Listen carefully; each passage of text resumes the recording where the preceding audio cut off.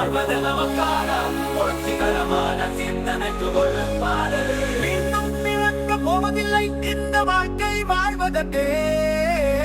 தனது குடும்பம் என்ற ஒரு 10 பேர், தனது நண்பனும் பகைவனும் என்ற 10 பேர், தனது தொழிலில் ஒரு 10 பேர், தனது வீதியில் ஒரு 10 பேர், தனது ஜாதியில் ஒரு 60 பேர்.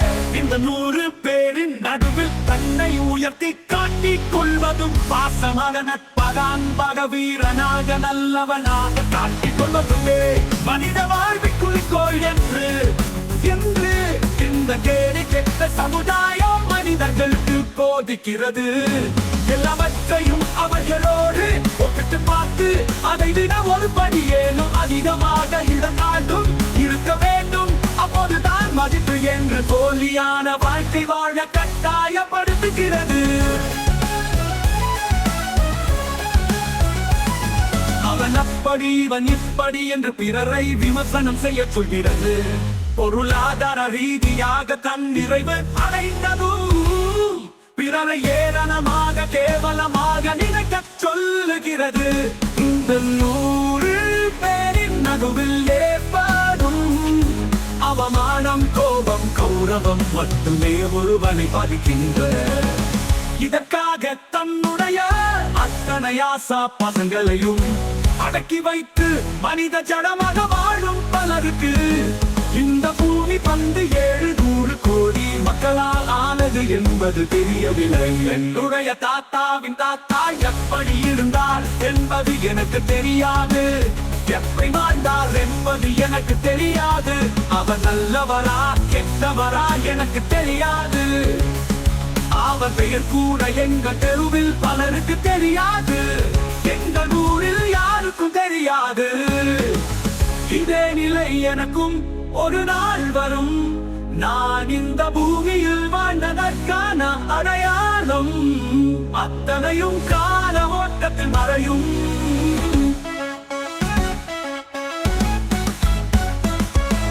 ஆக எதற்காக இந்த 100 பேரின் அங்கீகாரத்தை நாம் கண்டு கொள்ள வேண்டும். ஆக எதற்காக இந்த 100 பேரின் அங்கீகாரத்தை நான் கண்டு கொள்ள வேண்டும். யார் இவர்கள்? என்னுடைய வாழ்க்கையில் யாரெல்லாம் வர வேண்டும் வரக்கூடாது என்பதை தீர்மானிக்க இவர்கள் யார்? நான் இன்னும் 1000 ஆண்டுகளுக்கு வாழப் போவதில்லை. அதிகபட்சமாக இன்னும் ஒரு 10 அல்லது 20 அல்லது 30 அல்லது 40 ஆண்டுகள் வயதை பொறுத்து. அதுவும் வெகு தொலைவில் இல்லை. சார்பாமும் ஒரு நாள் அழியும். மனித வாழ்க்கை அற்புதமானது அழகானது. ஜாதி கலாச்சார பண்பாடு பாரம்பரியம் என்று தத்தமது வாழ்க்கையை யாரும் போலியாக வீணடித்து விடாதீர்கள். வாழ்க்கை ஒரு முறைதான், ஒரே ஒரு முறைதான். தோற்ற பரவாயில்லை, ஆனால் பங்கெடுக்காமலேயே அழித்து விடாதீர்கள். தாத்தாவின் தாத்தாவை பார்க்கவில்லை, பேரனின் பேரனை பார்க்க போவதில்லை. இதுதான் வாழ்க்கை. இப்பாடலை கேட்டு பெருமிதம் கொள்க, சிந்தியுங்கள், மற்றவர்களுக்கும் பகிருங்கள். எனது தொடர்பு 9843680798 என்றும் அன்புடன் பாஸ்தத்தி சாந்தகுமார், பெரிய குளம், தேனி மாவட்டம். முன்னேற்றட்டும் சம்பளம் நிறுத்தி என்ன செய்ய போகிறாய்? சரித்திரமே எனது தோழனாகும் பார். செயற்கை நுண்ணறிவின் பறவை நான், சுதந்திரமே என் சிறகென பறக்கலாம். வாய்ப்புகள் கொட்டி கிடக்கின்றன, அதை கண்டுபிடித்து நீயே வெல்லலாம். திட்டமிட்டு உன் வாழ்வை அமைத்திடு, வெற்றியின் சிகரம் உனக்காக காத்திருக்கும். வீற்றிரு, விழித்திரு, உயர்ந்திரு, உலகம் உன்னை பார்க்கட்டும். சினம் கொண்டு எழுந்திடு, வெற்றியோடு வாழ்ந்திடு. முட்டுக்கட்டைகள் முன்னால் வந்து விடட்டும், வாய்ப்புகள் கைபிடித்து உன்னை முன்னேற்றட்டும். உன்னை விட்டும்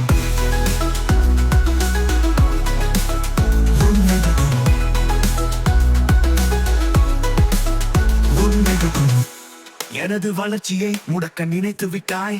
ஆனால் என் கனவுகள் கடலாய் சுரக்கின்றன.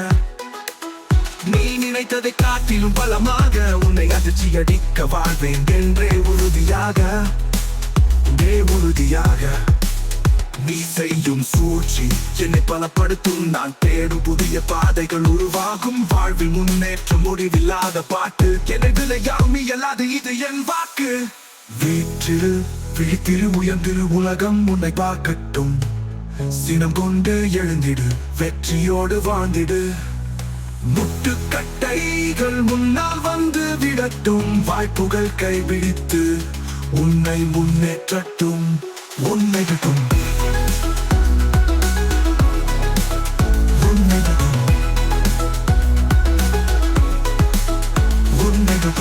உற்சாகத்துடன் புதிய சிந்தனையுடன் பாஸ்டர் டி சாந்தகுமார் பெரிய குளம் தேனி மாவட்டம் செல் 9843680798 மீண்டும் கூறுகிறேன் 9843680798